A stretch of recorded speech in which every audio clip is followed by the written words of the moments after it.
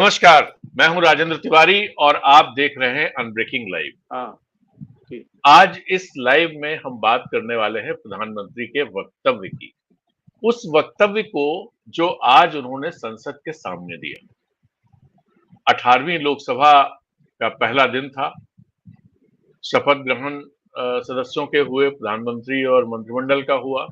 उससे पहले सदन की शुरुआत से पहले उन्होंने संसद भवन के बाहर एक वक्तव्य दिया और वो वक्तव्य बहुत महत्वपूर्ण है।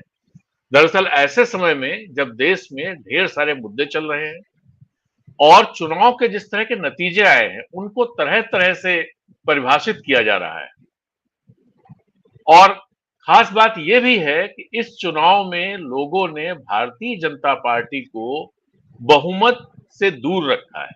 हालांकि एनडीए को पूर्ण बहुमत मिला है, अच्छा बहुमत मिला है, लेकिन भारतीय जनता पार्टी जो पिछली 2 बार से बहुमत हासिल करती आ रही थी, इस बार बहुमत से करीब 30 सीटें दूर रह गई। ऐसे में यह वक्तव्य किस तरह से देखा जाना चाहिए? दरअसल उन्होंने जो बातें कही, 4-5 मुख्य बातें मैं रख दूं, उसके बाद मैं अपने मेहमानों से आपको मिलवाता हूं जिनके साथ हम इसे डिकोड करेंगे।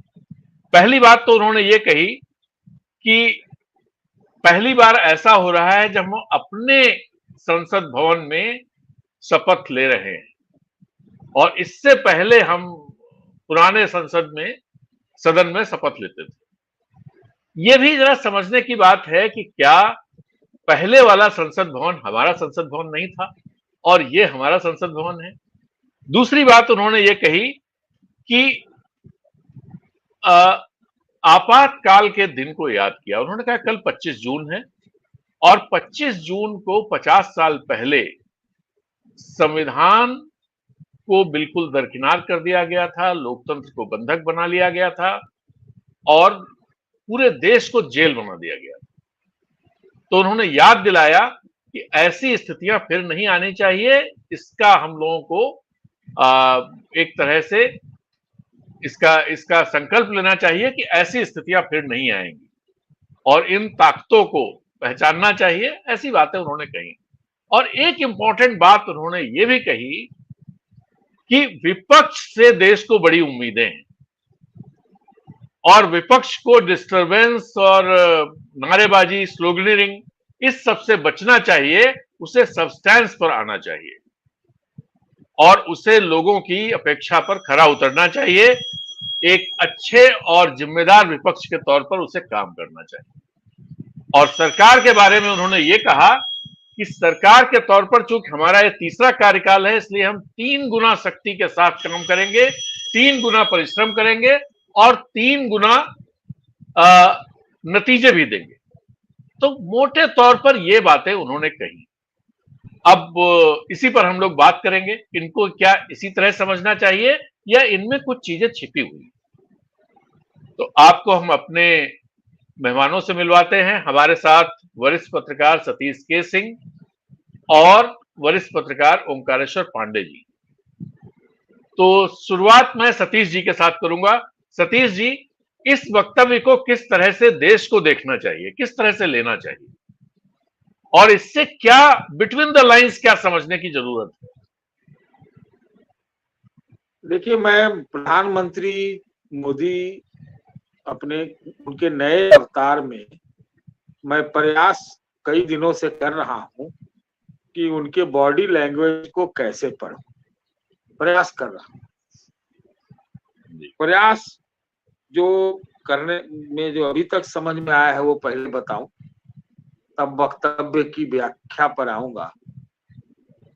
मुझे ऐसा लग रहा है कि कुछ आसमान में वो खोज रहे, मतलब उनको देख के ऐसा लगता है कि ये वो मोदी नहीं है जो अब से कुछ 1.5-2 महीना पहले थे। मैं ये नहीं कहूंगा कि चुनाव के बीच से, चुनाव के जो 1-1.5 महीना पहले थे, है कि नहीं?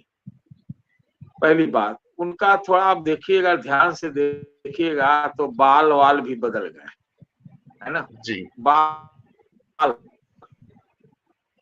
है ना, कपड़े भी बदले हुए नजर आ रहे हैं, ट्रिम लगते हैं जी। तो ये मैंने वॉच किया और जब आदमी खोजने कुछ लगता है तो कहीं कहीं वो विश्लेषण कर रहा होता है कि आखिर इस चुनाव में हुआ क्या, कहाँ 400 पार, कहाँ मोदी की गारंटी, कहाँ विकसित भारत, कहाँ सब कुछ मोदी वगैरह वगैरह।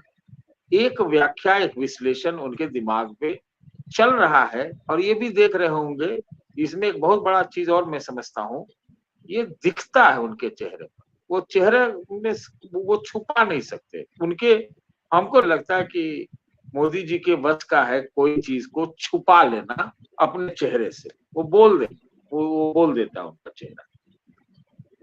तो कहीं न कहीं वो इस बात का भी विश्लेषण कर रहे होंगे, या जो दिखता है उनके पर, कि ये कहाँ, ये मतलब ठोकर लग गई, कहाँ भीतरघात हो गया, कहाँ जो है ये झटका लग गया, क्यों लगा। इस तरह का हमें लगता है कि उनके मनोदशा से पढ़ा जा सकता जी। ये अब तक समझ पाया। और उसके ऊपर जब इतनी बातें होंगी तो उनको सब वो ये भी होगा कि भाई अब कैसे आगे चलना है कि नहीं। तो जो आप वक्तव्य का आपने जिक्र किया और जो हम लोगों ने भी देखा, तो उसमें ऐसा लगता है कि उनको इस बात का एहसास है कि जो विपक्ष जो इतने नंबर्स लेके 10 साल बाद आया है, वो बहुत आक्रामक संख्या में, और मतलब हर पग पे वो एक बहुत ही, मतलब समझिए कि आक्रामक स्टैंड लेने वाला है। और इस लोकसभा में शायद बहुत सारी चीजें पिछली बार वाली जो थी उस वो चल नहीं पाएगी। तो उसके लिए क्या किया जाए, तो उसके लिहाज से तो सबसे पहले ये था कि भाई अब 25-26 जनवरी, 25-26 जून है, तो चलो इमरजेंसी पर चला जाए, क्योंकि संविधान आजकल बहुत दिखाया जा रहा है कांग्रेस पार्टी द्वारा, आज तो अखिलेश के लोगों ने भी दिखाया।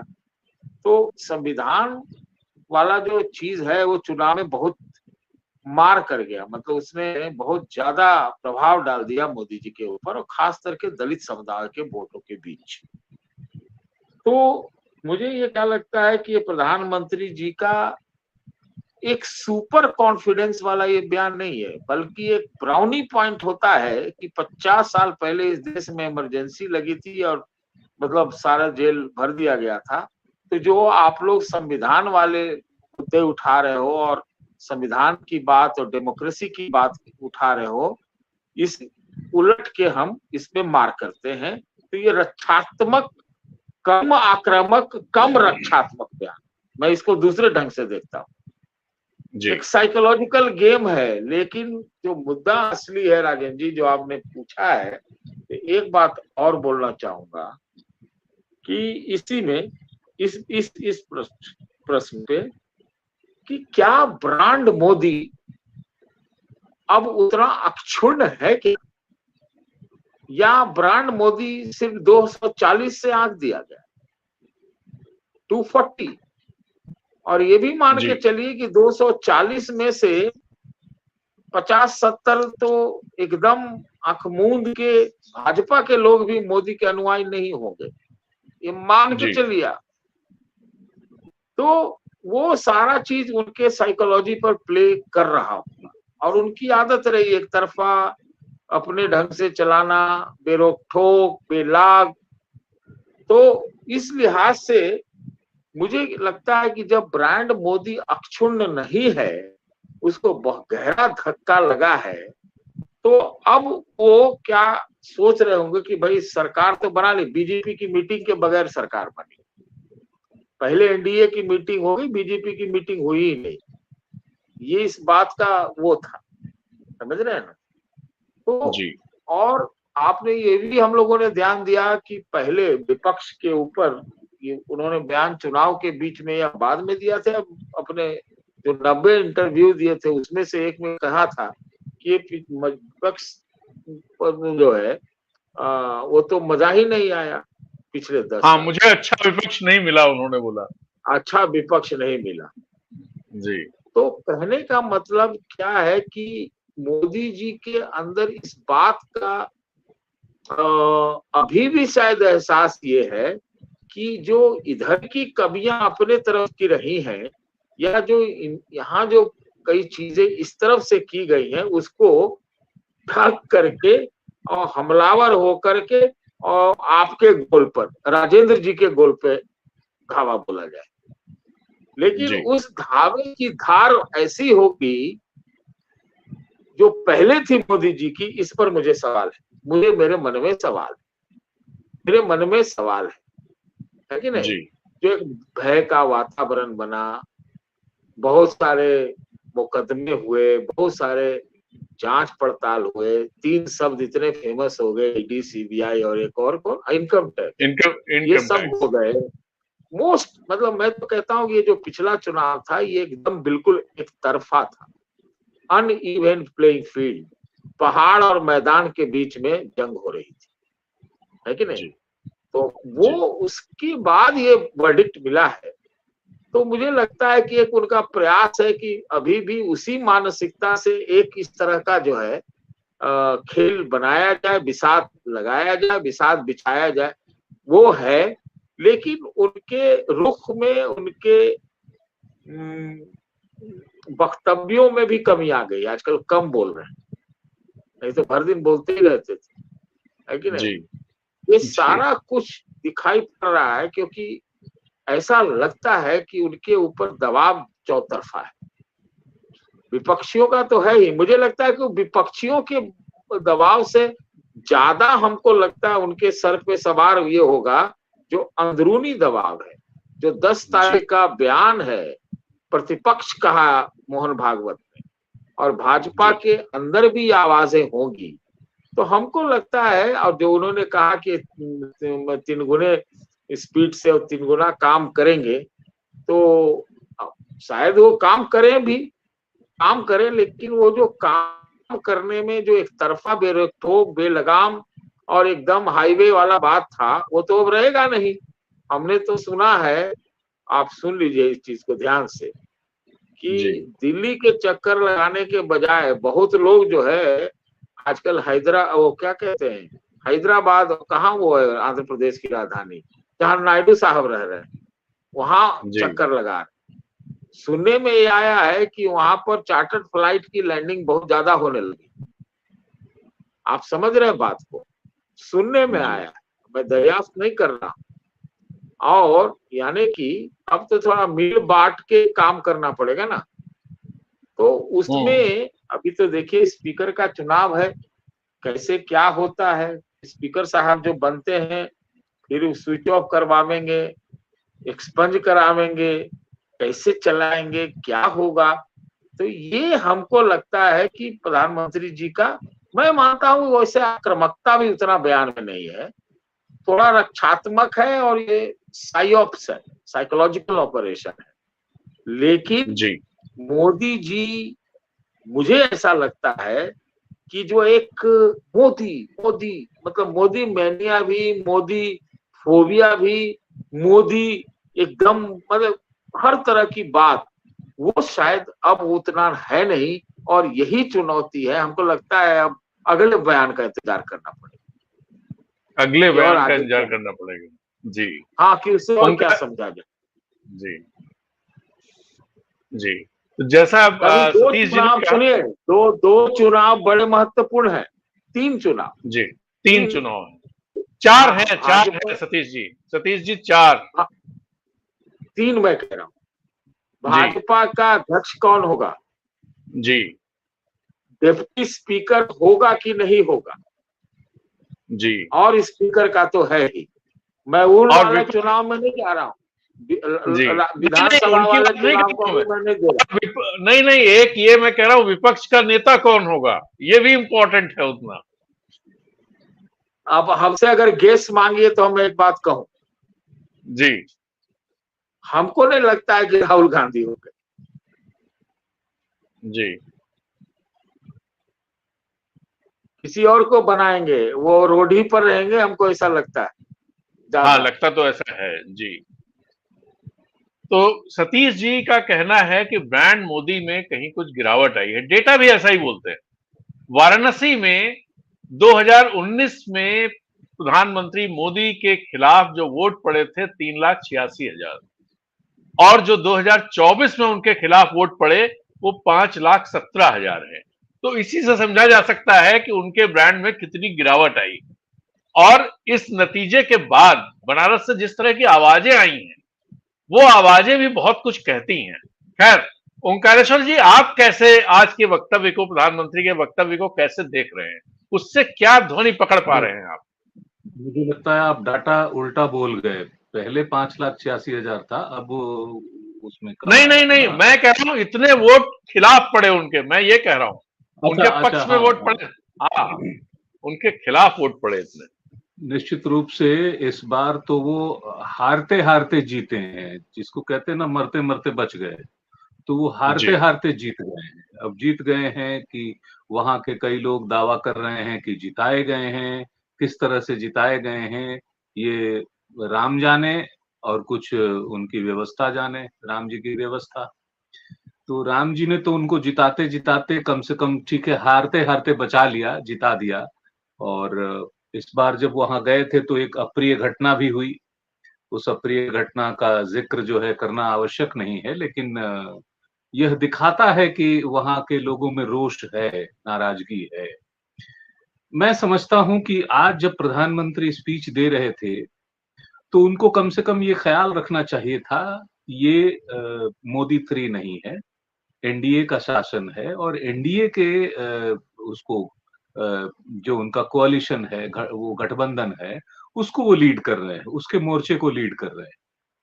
तो एनडीए के लीडर के रूप में उनको भाषण देना चाहिए था, लेकिन अपने स्वभाव के अनुसार उनको जो है वो हमेशा आदत रहती है कि हम क्या करेंगे, नहीं, नेहरू ने क्या किया था, इंदिरा ने क्या किया था, और वो क्या किया था, उसकी याद दिलाएंगे। अभी 50 साल पूरे नहीं हुए 75 के, अगले साल होंगे। 49 में ही उन्होंने 50 साल करके और विपक्ष को डराने और देश को भरमाने की कोशिश की।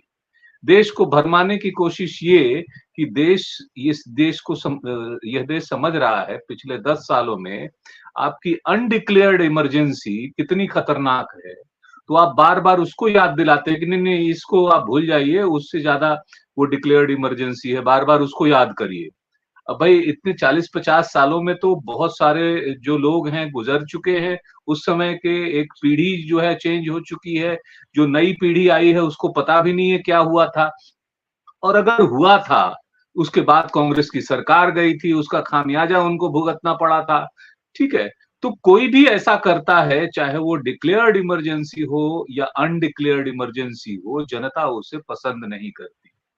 तो अपने अनडिक्लेयर्ड इमरजेंसी को छुपाने के लिए वो बार बार उसकी याद दिलाते हैं। ये एक उनका है। संविधान विपक्ष उनको दिखा रहा था, जैसे ही वो पोडियम पर पहुंचे स्पीच देने के लिए, संविधान उनको दिखाया गया। एक तो जिस तरह से ये पार्लियामेंट का वो बना है, ये यूनाइटेड नेशंस के तर्ज पे बना है, यूएन में इस तरह के जो व्यवस्थाएं होती हैं। पार्लियामेंट ऐसा नहीं होता है। पार्लियामेंट में स्पीकर सिर्फ सामने होता है, चाहे प्रोटेम हो या फुल स्पीकर हो या डिप्टी स्पीकर हो, पीठासीन अधिकारी ही मंच पर बैठता है। वहां पर एक एक्स्ट्रा पोडियम नहीं लगाया जाता है कि वहां जाके प्रधानमंत्री स्पीच दें। यही गलत परंपरा। नहीं, उन्होंने वहां से स्पीच नहीं, उन्होंने वहां से स्पीच नहीं दी थी। स्पीच जो है वो संसद के बाहर हुई थी। अच्छा, बहरहाल वहां तो वहां जाकर पोडियम लगाए गए थे। वहां उन्होंने शपथ लिया जी। तो जो शपथ ग्रहण में जो उन्होंने बातें कही हैं, उसमें एक तरह से उनको ये अंदेशा भी है, उनको ये डर दिखाई दे रहा है कि अब तो मजबूत विपक्ष है, तो वो हाउस चलने देगा कि नहीं चलने देगा, उनको काम करने में मुश्किलें होंगी, क्योंकि उनको तो आदत है आनन फानन में जल्दी जल्दी बिल पास करा लो, बहस हो ना हो। पिछले नहीं, लेकिन उन्होंने आज अपने भाषण में कहा है कि सरकार बहुमत से चलती है, देश सहमति से चलता है, और मैं सबकी सहमति के साथ देश चलाने की कोशिश करूंगा। वो थोड़ी बहुत बात, वो यही बात है। ये थोड़ा बहुत, हाँ, ये थोड़ा बहुत इशारा करने जैसा है।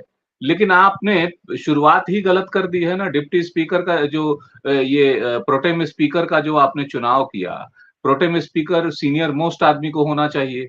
आपने चूंकि उसमें डिफाइंड पूरी तरह से नहीं है, आपने उसमें क्लॉज ढूंढ के निकाल दिया कि नहीं रेगुलर होना चाहिए, कंजिक्यूटिव। कहाँ लिखा है कंजिक्यूटिव होना चाहिए? 7 टर्म या 8 टर्म के सुरेश को हुआ था, उनको आपने इग्नोर कर दिया, और 7 टर्म वाले भर्तृहरि महताब को आपने प्रोटेम स्पीकर बनाया। उनपे भी वहां से खबरें आ रही हैं उड़ीसा से कि उनके खिलाफ कुछ केस मुकदमे हैं, कुछ चार्जेस हैं। तो बहरहाल आप शुरुआत ही कर रहे हैं अपने मनमाने तरीके से। हमने 17वीं लोकसभा में देखा था पिछले पार्लियामेंट सेशन में कि आपने डिप्टी स्पीकर अपॉइंट ही नहीं होने दिया। क्यों भाई? आप संविधान की बात कर रहे हैं, संविधान का 193 अनुच्छेद जो है वो एक डिप्टी स्पीकर की बात करता है, एक स्पीकर होना चाहिए, एक डिप्टी स्पीकर होना चाहिए। तो संविधान को तो आप रोज तोड़ते रहते हैं। आपको क्यों नहीं याद आया कि पिछले पूरे सेशन में एक डिप्टी स्पीकर होना चाहिए? इस बार भी इसीलिए ये देखा जा रहा है, इसीलिए अच्छा है कि विपक्ष ने पहले दिन से उनको संविधान की कॉपी दिखानी शुरू की है कि इसको याद रखिए, जिसके लिए बार बार उनके 4 सांसदों ने कहा था कि 400 पार इसलिए चाहिए क्योंकि संविधान बदलना है। अगर ये गलत है तो क्या उन 4 सांसदों पर जो आपकी पार्टी के थे, आपने कोई कार्रवाई आज तक की है? आज नहीं तक नहीं, उनको कोई नोटिस चुनाव जारी के किया है? बाद ओंकारेश्वर जी, चुनाव के बाद टी राजा सिंह जो तेलंगाना के बड़े लीडर हैं भारतीय जनता पार्टी के, उन्होंने अभी 1 हफ्ते पहले एक सभा में उन्होंने ये बात कही कि अगर 400 सीटें में मिलती तो हम संविधान बदलते। अभी कहा है उन्होंने, टी राजा सिंह। तो इस पे इसका मतलब ये है कि जो लोग ये बात कह रहे हैं वो ठीक कह रहे थे। जब आप हाउस में गए एनडीए की मीटिंग के समय, और उस समय आपने संविधान को हाथ में लेके माथे पर लगा के क्लोजअप में तस्वीर खिंचवाई, देश को ये भरोसा देने की कोशिश की कि आप तो संविधान में बहुत ज्यादा यकीन करते हैं, बाबा साहब के उसमें यकीन करते हैं, अम्बेडकर के। तो लेकिन आप करते उसके विपरीत हैं। इसीलिए जब विपक्ष ने पूरे चुनाव में इसको मुद्दा बनाया तो लोगों ने समझा कि भाई कुछ खिलवाड़ हो रहा है, और कुछ गंभीर खिलवाड़ होने जा रहा है। इसी वजह से इसका भी फर्क पड़ा कि आपकी सीटें कम आई, और स्पेशली उत्तर प्रदेश में हमने देखा है। अब आप कह रहे हैं कि हाउस में डिबेट होना चाहिए, डिस्कशन होना चाहिए, डायलॉग बाजी नहीं होनी चाहिए, ड्रामेबाजी नहीं होनी चाहिए। भाई साहब, आप अच्छे तरीके से हाउस चलाना आपकी जिम्मेवारी है।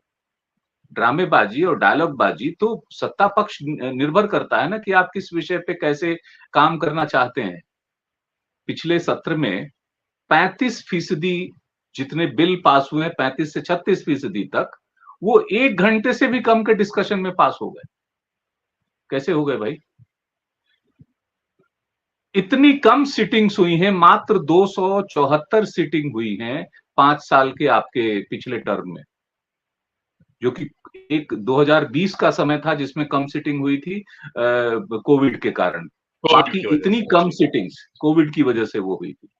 लेकिन सीटिंग कम होगी, और मतलब ऐसे 200 से ज्यादा इंस्टांसेस हैं करीब करीब जिस समय विपक्षी सांसदों को सदन से बाहर किया गया है, उनको बाय फोर्स भेजा गया है।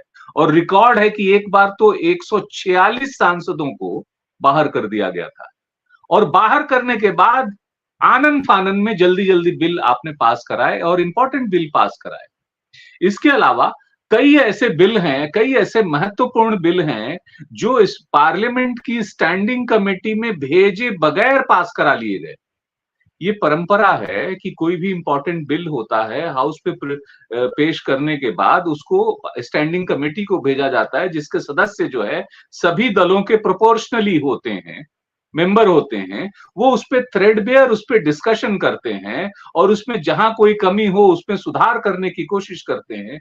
आप तो इन परंपराओं में खुद यकीन नहीं करते, और आप विपक्ष को कह रहे हैं कि ऐसे सहमति चलना चाहिए, डिबेट होना चाहिए और फला होना चाहिए। भाई साहब, आप पहले हाउस चलाना समझें कि कैसे सहमति के साथ हाउस चलाया जाता है। सहमति तो आपको बनानी है ना। आप जनता पे बार बार कह रहे हैं कि साहब तीसरी बार हमें टर्म मिला है, लेकिन रिस्पॉन्सिबिलिटी विपक्ष की है। अच्छी बात है। आप ये कह रहे हैं कि तीसरी बार के टर्म में तिगुना मेहनत से काम करेंगे, हार्डर मेहनत करेंगे। बड़ी अच्छी बात है, हार्डर मेहनत होनी चाहिए, लेकिन हार्डर मेहनत के साथ साथ सबकी सर्वानुमति हो, सबकी सहमति हो। फार्मर्स बिल का क्या हुआ था? कैसे आपने पास करा लिया था? और कैसे साल भर तक इस देश ने इतना बड़ा आंदोलन देखा, 700 से ज्यादा किसानों की शहादत देखी, और तब आपको कहना पड़ा कि मुझसे कोई गलती हो गई है? तो ये तो आपको तय करना पड़ेगा ना, जो महत्वपूर्ण मसले हैं। अभी फॉर एग्जाम्पल, तब भी ओंकारेश्वर जी उन्होंने गलती नहीं कही, उन्होंने कहा मेरी तपस्या में शायद कोई कमी रह गई है। हाँ, तपस्या में कमी रह गई, गलती नहीं मानी, तपस्या में कमी रह गई है।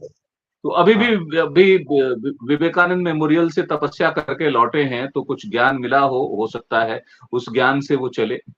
तो जैसे अभी संघ प्रमुख मोहन भागवत जी ने उनको याद दिलाया कि साल भर से मणिपुर जो है शांति की बाट जोग रहा है, शांति का रास्ता देख रहा है।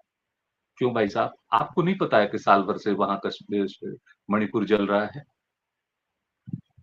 चुनाव से पहले 2 महीने अरे साहब 3 दिन 2 दिन कुछ हो जाए गड़बड़, तो उसके बाद आपको व्यवस्था करनी चाहिए।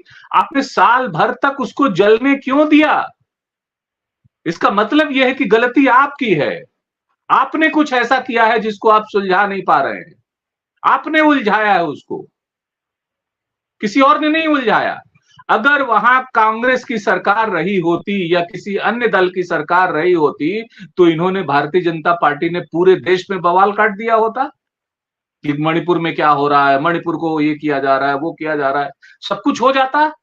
आपकी सरकार है तो आप एक दफा भी अपने मुख्यमंत्री से कड़े शब्दों में नहीं पूछेंगे, और मुख्यमंत्री रोज इन पे डाल रहा है। कमाल की बात देखिए, हर रोज लगभग हर हफ्ते उसके प्रेस रिलीज हो, उसके बयान हो, उसके स्टैंड्स हो, वो बार बार केंद्र पे डालता है कि केंद्र सरकार फैसला करे, केंद्र सरकार ये करे।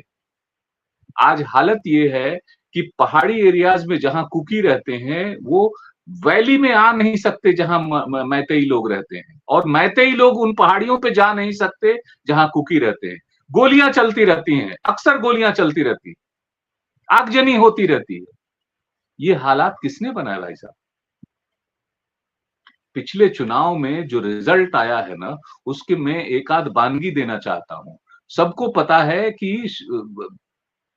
अयोध्या में जय श्री राम का नारा देके और उसको जिस तरह से मंदिर को आधे अधूरे बनाया गया, जिस तरह से कई सारे जो सनातन परंपराएं हैं, जो शास्त्रीय परंपराएं हैं, जो धार्मिक परंपराएं हैं, उसको भंग किया गया, उसको तोड़ा गया, शंकराचार्यों को अपमानित किया गया। उसका खामियाजा तो उन्हें अयोध्या से लेके, उसके आसपास की नगरी से लेके, और बनारस से लेके और नासिक तक झेलना पड़ गया। सब जगह सफाया हो गया, सभी रिलीजियस प्लेसेस पे, सभी जगह के धार्मिक केंद्रों पे अधिकांश, अगर 2-4 रह गए हो तो बीजेपी का सफाया हुआ। एक तो यह हुआ। आप महसूस कीजिए कि लद्दाख में आप हार गए, आपने यूटी बनाया अलग से लद्दाख को, तो आपको तो उम्मीद करनी चाहिए कि लद्दाख बड़ा खुश होगा। वहीं पे गलवान जो है ना घटना हुई थी, तो लद्दाख के लोगों को तो आपके स्टैंड से बड़ा खुश होना चाहिए था। इसका मतलब यह है कि गलवान पे भी लोगों ने, और लद्दाख के बॉर्डरिंग एरियाज के हमारे जो राष्ट्रभक्त लोगों ने है, उन्होंने आपको रिजेक्ट किया। अब आप चलिए, आपको सिक्किम ले चलते हैं। सिक्किम जो कि वहां से डोकलाम से बमुश्किल 45 किलोमीटर 46 किलोमीटर की दूरी पे है गैंगटोक। वहां आपने एक तो कोalition उसके साथ ज्वाइन किया था, एसकेएम के साथ, सिक्किम क्रांतिकारी मोर्चा के साथ। उसके बाद उसको धोखा दे दिया, फिर अलग से आप चुनाव लड़े, और 32 सदस्यीय विधानसभा है, उसमें से 31 सीटों पे आप लड़े, और 31 के 31 सीट पे आपकी जमानत जब्त हो गई। तो इसका मतलब सिक्किम के लोग बड़े खुश हैं आपसे। मणिपुर में ये हाल है, सिक्किम में ये हाल है, आपके लद्दाख में ये हुआ। अब आइए श्रीनगर में आप आइए, वैली, कश्मीर वैली में आप आइए। आपने कहते हैं बहुत बड़ा अच्छा काम किया, बहुत 370 हटाया और बहुत विकास कर रहे हैं। आप चुनाव क्यों नहीं लड़े भाई साहब? आपने कहा पंचायत स्तर पे भी हमने कराया है, हमने हमारे कार्यकर्ता बहुत बनाए हैं। अभी आप योगा करने भी गए थे, तो आप वहां की 3 सीटों पे चुनाव लड़ लेते लोकसभा का, तो आपको पता चल जाता, क्योंकि वहां के लोगों ने मन बना रखा था कि that will be a kind of referendum. वो रेफरेंडम की तरह आपको रिजल्ट दे देते। आपको अंदाजा लग गया, इसलिए आप भाग गए। पंजाब के हालात क्या बन रखे हैं, और भी देशों के विभिन्न हिस्सों में, और अब ताजा तरीन हम लोग देख रहे हैं, आपने शपथ ग्रहण किया नहीं कि पेपर लीक जैसी बड़ी घटना हो गई है। पुराने मसलों को तो छोड़ दीजिए, पिछले 10 सालों में आपने क्या किया, क्या नहीं किया, क्या नहीं कर पाए, रोजगार की बात छोड़ दीजिए, किसानों की बात छोड़ दीजिए, महंगाई की बात छोड़ दीजिए, बाकी सारे मसले छोड़ दीजिए। अब ये ताजा तरीन मसले जब आपकी सत्ता आई है, तो 2-3 चीजें उदाहरण के तौर पे आ रही हैं कि किस तरह से लाखों लाख, आप 25 लाख युवाओं की बात कर रहे हैं। एक युवा के परिवार में 5 मिनिमम एवरेज मान के चलिए 5 से 10 लोग होते हैं एक परिवार में, और उससे जुड़ा हुआ जो होता है, करोड़ों लोग इससे प्रभावित हो गए हैं ना। क्या व्यवस्था है आपकी? क्यों एनटीए बनाया था आपने? और एनटीए बनाया, और आज से नहीं, आज पहली दफा पेपर लीक की घटना नहीं हुई है, ये कई सालों से हो रही है। कौन से इफेक्टिव मेजर आपने उठाए? पहले की व्यवस्था को आपने यही कह के खारिज किया था ना कि इसमें खामी है, इसमें वो हो रहा है, इसमें लीक हो रहा है, तो आप एक इफेक्टिव व्यवस्था। अब मोदी जी का कहना है 10 सालों में जो कुछ किया है उसका 3 गुना वो करके दिखाएंगे, और 3 गुना ज्यादा मेहनत करेंगे, 3 गुना नतीजे भी देंगे। सतीश जी, अब जैसा उन्होंने आज अपने वक्तव्य में कहा कि वो आम सहमति से देश चलाने के लिए की बात की है उन्होंने, परसों स्पीकर का चुनाव है। अब स्पीकर का चुनाव अमूमन आम सहमति की कोशिश होती है कि आम सहमति से स्पीकर का चुनाव हो जाए, उसमें वोटिंग की नौबत ना आए। क्या आपको लगता है कि आम सहमति से स्पीकर का चुनाव होने जा रहा है और प्रधानमंत्री मोदी इसकी पूरी कोशिश करेंगे कि आम सहमति से चीजें हो जाए? दुनिया में कोई भी आदमी, कोई किसी भी पोस्ट को प्रधानमंत्री मोदी जी किसी को भी दे सकते हैं, दो पोस्ट छोड़ करके, प्रधानमंत्री का पद और स्पीकर का पद। ये दम समझ लीजिए, ये पहला वाला तो नहीं देंगे भाई, प्रधानमंत्री है।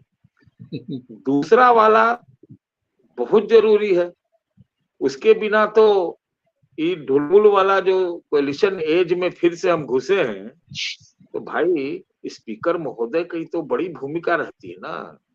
स्टेट असेंबली में तो हम लोग देखवे करते हैं, दुएगो का भूमिका रहता है, स्पीकर और गवर्नर। यहाँ पर सेंट्रल में सिर्फ स्पीकर। ध्यान से जो हम बोल रहे हैं सो आप समझिए जी, तो हाँ, तो आप समझिए वेन केन प्रकारेण वो चाहेंगे कि स्पीकर उन्हीं का हो सकता है फिर बिरला साहब रिपीट हो जाए। तो बिरला साहब जैसे ही रिपीट हुए, तो ये जो प्रधानमंत्री जी जो कंसेंसस और सहमति की बात बोल रहे हैं, तो विपक्षी पॉलिटिकल पार्टी से तो सहमति गई। प्रधानमंत्री का जो बयान है उसमें आप देखिए कि सरकार बहुमत से चलती है, लेकिन देश जो है सहमति से चलता है। उन्होंने पॉलिटिकल पार्टीज का नाम ही नहीं लिया है विपक्ष का। ध्यान से सुनिए, प्रधानमंत्री जी की खासियत है कि वो सीधे जनता से संबंध करते, मतलब संवाद करते है कि नहीं जी। सीधा आप उनके शब्दों को देखिए क्या। लेकिन जैसा मैंने आपसे कहा, अब स्पीकर किसी भी दल से हो, चाहे बीजेपी से ही हो, बिरला साहब ही रिपीट हो जाए, माजरा बदल चुका है, माजरा बदल चुका है कि नहीं। अब तो आजकल छापे पे भी देख रहे हैं कम पड़ रहा है, कुछ दिन के बाद हो सकता पड़े, अभी थोड़ा थमा हुआ है। अभी ओंकारेश्वर जी ने एक बात की, वो बहुत महत्वपूर्ण है। मेरा ऐसा मानना, मैं आपसे पहले भी कह चुका हूं कि जो देश में आर्थिक सामाजिक आर्थिक नीतियां जो चल रही हैं, वो इस देश को बर्बाद कर देंगी, एकदम ऐसा बर्बाद करेंगी जिससे निकलना बड़ा मुश्किल हो जाए। यह बहुत वो है। तो अभी तो क्या है कि आप जो वेस्टर्न कैलकुलेटर है, जो बाहर की क्रेडिट एजेंसीज हैं और जो वेस्टर्न कैपिटलिस्ट मॉडल के हिसाब से तो डेवलपमेंट ठीक ही हो रहा है, उसमें कहाँ दिक्कत। लेकिन दिक्कत जो हो रही है वो बाकी में हो रही है ना। तो जो युवाओं की बात, उसी का नतीजा है, फलाफल ये है कि आज इमरजेंसी जैसी हालत है युवाओं के बीच। जब उम्मीद नहीं रहती ना, जब कुछ सामने नहीं रहता ना, उससे विकराल सिचुएशन कुछ नहीं होता। अब पता ही नहीं कि कौन वाला पढ़ेंगे तो कुछ मिलेगा कि भी नहीं मिलेगा, पढ़ने का ही अब दिक्कत है। दूसरा कि भाई आप कहेंगे भाई डॉक्टर बनेंगे, इंजीनियर बनेंगे, कैसे बनेंगे भाई, क्या होगा। तीसरा कि आप सरकारी नौकरियां, तमाम सरकार, हम तो कह रहे हैं तमाम सरकार आज के डेट में देने की स्थिति में नहीं है। ऐसा सिचुएशन बन गया, मिनिमम गवर्नमेंट, क्योंकि उस तरह की रेवेन्यूज नहीं है, आ ही नहीं। आपको मुसहारा जिसको हम लोग बोलते हैं ना, क्या वेतन, वो देने, पेंशन देने की तो पहले ही खत्म हो गई स्थिति, मतलब सैलरी देने की भी स्थिति नहीं है। और काम तो हम जानते हैं, कह गए कि सरकारी सिस्टम एकदम बढ़िया होता है तो हम नहीं कहेंगे, लेकिन एक वेलफेयरिस्ट रिलीफ स्टेटमेंट होता है नौकरी, है कि नहीं। तो अब तो ठेके पर सब सारी सरकारें चल रही हैं। अब सरकारों का आप ठीक से देखिए, कोई काम नहीं है, ठेका बांटना काम, ऑक्शन निकालना, बोली निकालना, एजेंसी चुनना, उसको इसमें बोली बुला लो, ये मेन काम है सरकारों का। तो बहुत ही गंभीर परिस्थिति है। और जो कंसंट्रेशन ऑफ वेल्थ है, मैं कोई अंबानी अडानी नाम नहीं ले रहा हूं, मैं कह रहा हूं कंसंट्रेशन ऑफ वेल्थ इस तरह से इकोनॉमी का है कि भाई बाकियों के लिए तो बड़ी दिक्कत है, बहुत ज्यादा दिक्कत है। या तो आप दूसरा करें कि जिनके कॉन्सेप्ट में था कि लोग स्वरोजगार करें, पकौड़े तले, इसी को खूब बढ़िया से कर देना भाई, पकौड़े वाले जी। लेकिन क्या स्थिति है करने लायक? नहीं है, वो भी नहीं। लोन देना पड़ेगा, 3% में देना पड़ेगा, जगह देनी पड़ेगी, इंस्पेक्टर राज से बताना पड़ेगा। हम तो जिस मार्केट में चाय पीने जाते हैं, वहां हम देखते हैं कि वो बगल का पुलिस स्टेशन वाला, पुलिस चौकी वाला सब है, दिन भर में पूरा मार्केट से हमको लगता है 500 का मुफ्त चाय पी जाता है। आप समझ रहे बात? कुछ नहीं कोई आप बोल सकता हो, लोग क्या है। और ये भी बात पता चलेगी कि लॉ एंड ऑर्डर तो योगी जी में बढ़िया है, तो सिस्टमिक इसमें योगी जी भी कुछ नहीं कर सकते। अभी आमूल चूल परिवर्तन की आवश्यकता है।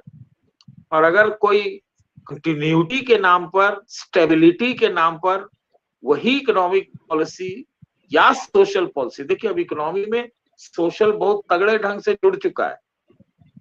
90% की लड़ाई, आबादी के हिसाब से प्रेजेंटेशन वगैरह वगैरह, ये जनगणना, जातीय, ये मंडल का ये अभी का रूप है। और उसको अब इकोनॉमी से मिला दीजिए, दोनों मिलके क्या कॉकटेल बन रहा है आप समझ लीजिए। विभीषिका है, स्थितियां बहुत गंभीर है।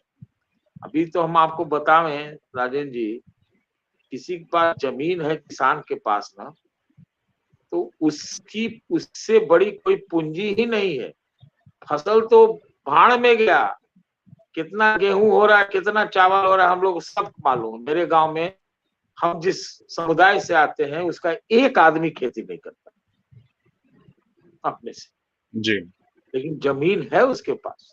तो अगर रोज नौकरी के लिए घूस देना पड़े तो उसमें जमीन बेच देता है।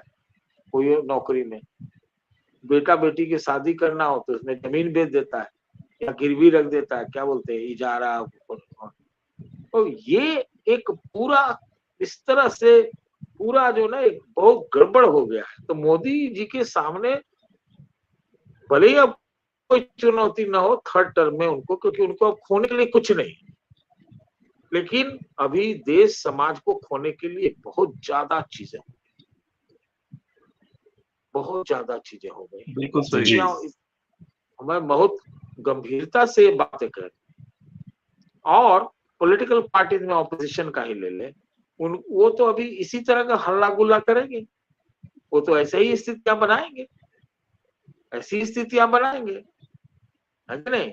तो अब तो आप समझ लीजिए कि आप कोई भी अभी लॉ एंड ऑर्डर मेथड से, पुलिस मेथड से ना आप राजनीति को कंट्रोल कर सकते हैं, ना नेताओं को कंट्रोल कर सकते हैं, और जनता ने तो दिखाइए, जनता को तो कर ही नहीं सकते। ये है जी। पूरे समग्रता में स्थिति। बिल्कुल जी। ओंकारेश्वर जी, अब अंत में आपसे, आप कैसे इन चीजों को देखते हैं? सतीश जी ने बहुत इंपॉर्टेंट बातें कही हैं, और दिक्कत यह है कि नरेंद्र मोदी जी अगर इन इश्यूज को टैकल करना शुरू करें तो पॉलिटिकली अगर आप देखें तो इंडिया गठबंधन मजबूत होता जाएगा, और अगर ना करें तो देश कमजोर होता जाएगा। राजेंद्र जी, मैं शिद्दत से इस बात को महसूस करता हूं कि नरेंद्र मोदी के रूप में एक ऐसे प्रधानमंत्री आए थे जिससे वास्तव में जनता को बड़ी उम्मीदें थी। ये एक एनर्जेटिक प्रधानमंत्री आ रहा है, बहुत बढ़िया बोलने वाला, बहुत ऊंचे सपने दिखाने वाला, बहुत ऊंचे विजनरी प्रधानमंत्री। लेकिन एक ऐसा व्यक्ति क्यों फेल हो जाता है, इस पे गौर करना चाहिए। और अगर आप इस पे गौर करेंगे तो पाएंगे कि सिर्फ और सिर्फ एक बड़ी गलती, और वो गलती क्या है? एको हम द्वितीयो नास्ति। ये डे वन से जो उनके अंदर ये अहंकार है, और डे वन से उनके अंदर ये जो लगता है कि जो मैं सोचता हूं वही सही है, वही सही है, इसी ने उनको डुबोया है। इसीलिए साल भर के बाद किसानों के बिल को उनको वापस लेते हुए कहना होता है कि मेरी तपस्या में कमी रह गई। आज आपने कश्मीर से 370 हटाया, और जब विपक्ष ने मांग करना शुरू किया कि इसको रिस्टोर करो, जब इसको स्टेटहुड, और जब सुप्रीम कोर्ट ने कहा रिस्टोर करो स्टेटहुड, तब आप कहने लगे हैं कि हाँ हम वहां चुनाव कराएंगे। अरे भाई, तो कराया आपने, 370 हटाया, चलिए ठीक है, एक पॉपुलर जन सेंटिमेंट आरएसएस और बीजेपी ने क्रिएट किया था कि यही बहुत बड़ी बाधा है, इसलिए आपने उसको हटाया। अच्छी बात है, देश हित में। स्टेट का दर्जा कम करने की क्या जरूरत थी? 2 यूटी में बांटने की क्या जरूरत थी? विधानसभा रहने देते। आपने कितना कड़ा फैसला लिया, वहां के 2 मुख्यमंत्रियों को आपने जेल में, उसमें नजरबंद करके लंबे समय, 3 मुख्यमंत्रियों को। हाँ, उमर अब्दुल्ला, ये जो भी, फारूक अब्दुल्ला और महबूबा मुफ्ती और फारूक अब्दुल्ला और उमर अब्दुल्ला, 3 तो आपने इतने समय तक इन लोगों को आपने नजरबंद करके रखा, क्या नहीं करके, इंटरनेट डाउन करके रखा, और अंत में फिर वापस आप वहीं आ रहे हैं। आप याद करिए कि आपने रात में अचानक आके कहा कि डेमोनेटाइजेशन, नोट बंद। कमाल है भाई साहब, कमाल है आपकी सोच का। 1000 का नोट बंद करके आपने 2000 इंट्रोड्यूस कर दिया, और फिर आपको लगा कि नहीं ये गड़बड़ हो रहा है, तो 2-3 साल 4 साल बाद आप उसको फिर विड्रॉ कर रहे हैं। ये आपको क्यों करना पड़ता है? क्योंकि आप बिना सोचे समझे और बिना सलाह मशवरा किए फैसला करते हैं। मैं ही सोचता हूं वही सही है। आपको अब अग्निवीर में आपको फिर लग रहा है ना, आपने स्टेटमेंट दिलाया अपने रक्षा मंत्री से कि उसमें कुछ सुधार किया जाएगा। क्यों सुधार किया जाएगा? पहले ही क्यों नहीं आपने डिस्कशन सबसे किया? और इसकी आवश्यकता क्या थी? ऐसे बहुत सारे फैसले हैं जो आपको अंडू करने पड़ेंगे, रीडू करने पड़ेंगे।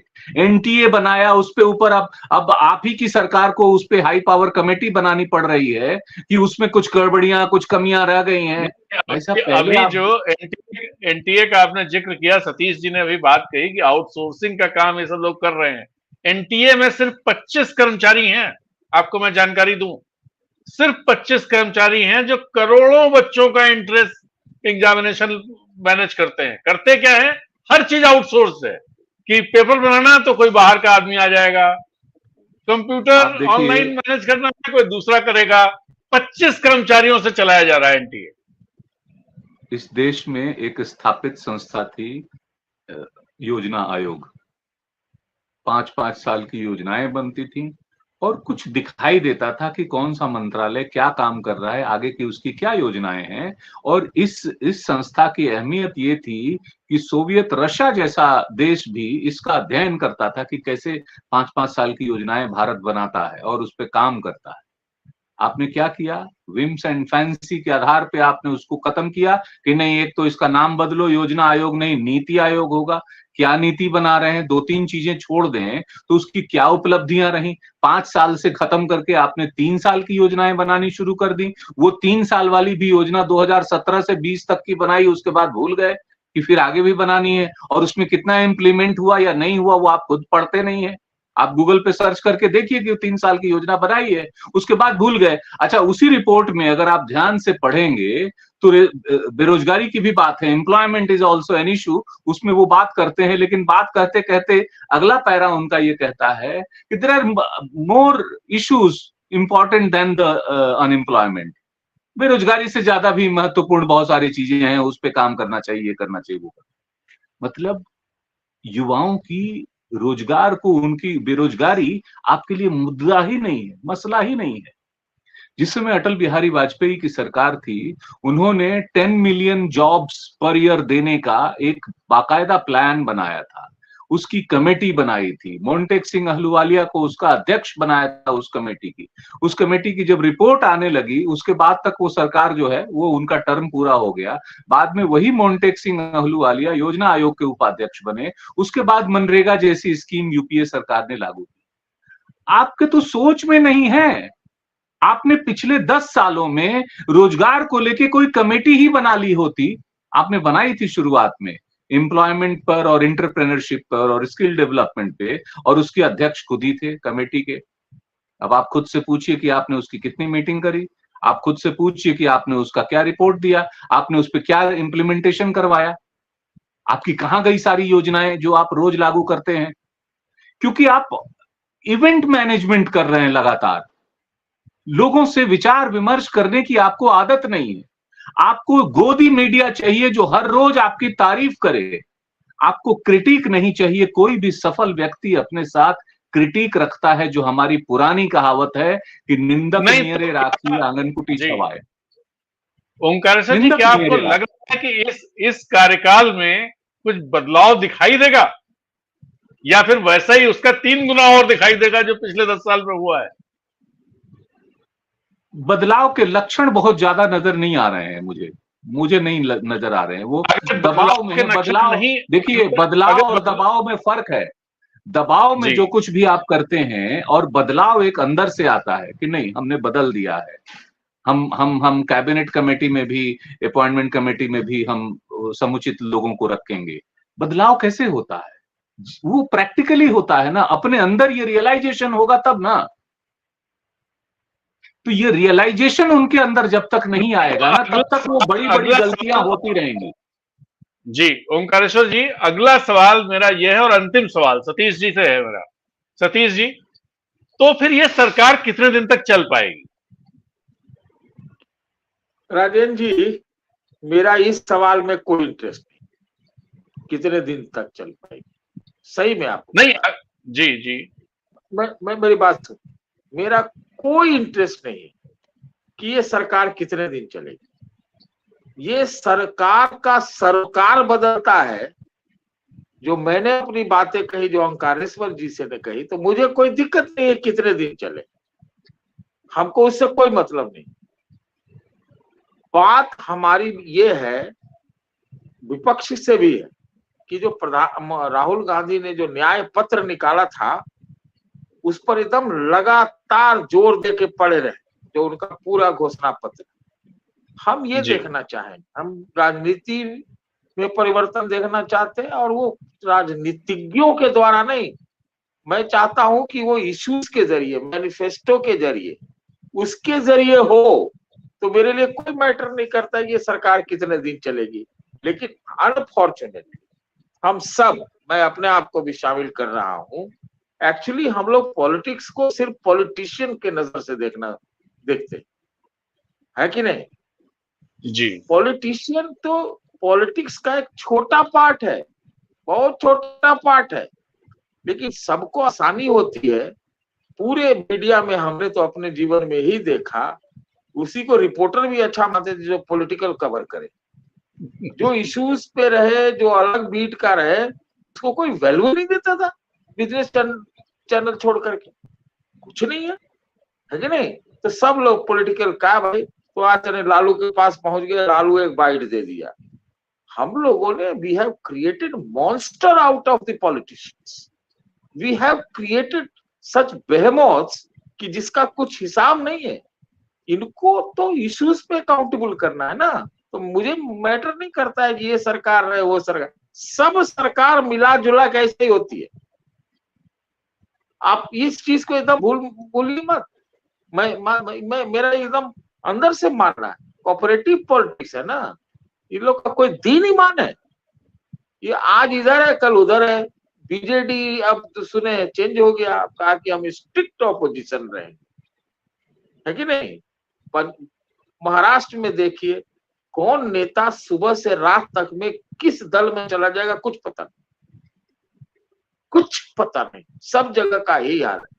लेकिन ये पॉलिटिशियंस है ना, उस पर मेरी कोई नजर नहीं है। मैं बहुत डिसक्रेडिटेड, बिना beyond ideology, self interest, vested interest, सब यही ठेका पनौती में बहुत सारे सब अधिकांश लगे हुए हैं। नहीं तो पॉलिटिक्स जो जिसको आप कहते हैं, हम कहते हैं, आपको हम थोड़ा नाम ले रहे हैं इसे, पॉलिटिक्स को हम लोगों ने पॉलिटिशियंस को, पॉलिटिकल पार्टीज को और नेता को ही पॉलिटिक्स मान लिया है नहीं, एक्चुअली है नहीं, बिल्कुल नहीं है। ये गलती हो रही है और इसका नतीजा ये है कि जो हो रहा है वो हम लोग सब देख रहे हैं।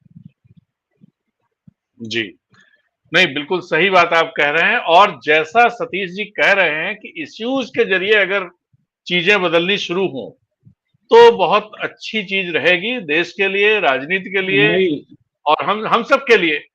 और ऐसा मुझे ये लग रहा है कि राहुल गांधी जिस रास्ते पर जा रहे हैं उसमें कहीं ना कहीं जो सतीश जी जो बात कह रहे हैं कि अपने घोषणा पत्र पर स्टिक करें, अगर वो करते हैं तो उसका असर पड़ेगा। और ओंकार जी आप कुछ कहना चाह रहे थे, संक्षिप्त में कहिएगा। जी हाँ, बिल्कुल संक्षेप में कह रहा हूँ कि राहुल गांधी अपने उस पे टिके हुए हैं, स्ट्रिक्ट तरीके से उस पे आगे बढ़ रहे हैं और उसमें कोई इधर उधर चेंजेस नहीं, ये बड़ी अच्छी बात है।